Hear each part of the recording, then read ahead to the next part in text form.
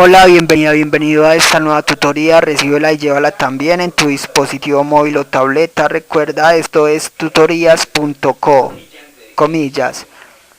El ser humano también es energía y un ingeniero humanista activa conexiones químicas que hacen almas pacifistas, mentes activas y corazones contentos, comillas. Como se observa en la figura, el ejercicio planteado consiste en crear un programa que permita imprimir los datos de una matriz que formen la figura rombo, o sea, la figura triángulo superior y triángulo inferior, es decir, la figura rombo vertical. Se plantea la solución en un programa de 33 líneas. En la línea 4, una variable n recibe un valor ingresado por el usuario. Input es un método que permite obtener datos de entrada. Entre comillas, se indica el mensaje a ingresar.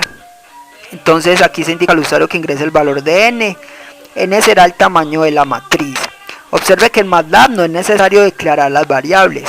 En la línea 6, una variable llamada mat se inicializa a ceros en una matriz de n por n. Las matrices son estructuras de datos que permiten almacenar información de manera temporal mientras el programa ejecuta. Vamos a llenar esta matriz con valores aleatorios. Para eso la recorremos usando ciclos for entre las líneas 8 a 12. Los ciclos son estructuras repetitivas que permiten ejecutar un conjunto de instrucciones repetidamente, aprovechando así la velocidad de procesamiento de datos de un computador. Línea 8, primer ciclo for, variable controladora x que va de 1 hasta n. Entre las líneas 9 a 11, un segundo ciclo for, variable controladora y que va de 1 hasta n. Entonces el primer ciclo recorre las filas y el segundo las columnas. Observe que en MATLAB con 2 puntos se indica el rango desde donde hasta donde va entonces el ciclo for, el recorrido. Y entre estos dos ciclos línea 10 a la matriz mat en la fila x columna y le asigna un valor aleatorio del 1 al 1000. Randy es una función para generar valores aleatorios. Los dos últimos argumentos permiten generar un vector o una matriz de aleatorios o simplemente un escalar o una constante con 1, 1. Al salir de estos ciclos ya la matriz fue inicializada con valores aleatorios. Vamos ahora a imprimir la figura rombo. Para eso observe que la matriz debe tener una base, pues la figura rombo debe tener una base. La base va a ser la fila de la mitad, que va a ser la base para el triángulo superior y el triángulo inferior. Entonces en la línea 14 mt, una variable mt recibe n dividido 2, o sea la fila del medio.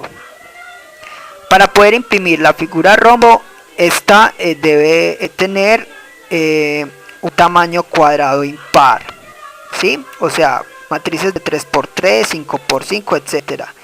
Porque si es cuadrada par, no podrá entonces imprimirse esta figura, ya que saldrá deforme. Por eso usamos la condicional, líneas 16 a 31. Recuerde que las sentencias condicionales permiten a un programa tomar dos o más caminos alternativos. Línea 16, si n módulo 2 es diferente a 0, en caso de ser cierto, es porque es cuadrada impar. Ingresaremos a esta condición y entre las líneas 18 a 27 imprimiremos entonces la figura rombo. Observe que simplemente se recorre la matriz entre los datos implicados. Entonces, línea 18, primer ciclo para x de 1 hasta mt, o sea, hasta la fila de la mitad. Entonces, la mitad, las filas se van a ir desde la primera hasta la fila de la mitad. Con eso se imprimen las dos figuras, superior e inferior, que forman la figura rombo. Y las columnas, observe que se van a recorrer desde la fila de la mitad menos x más 1 hasta la fila de la mitad más x menos 1. O sea que las columnas se van a ir expandiendo hasta que llegue a la fila de la mitad, que es la primera y última.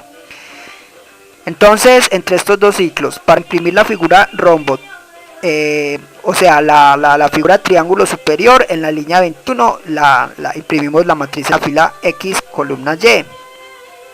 Disp es una función que permite mostrar información por pantalla.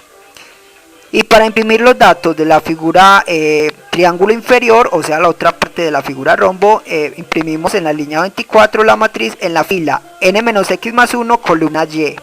Con esta fórmula vamos tomando entonces la fila de manera descendente. Recuerde que desde 1 hasta mt se recorren las filas en el ciclo de la línea 18 con x.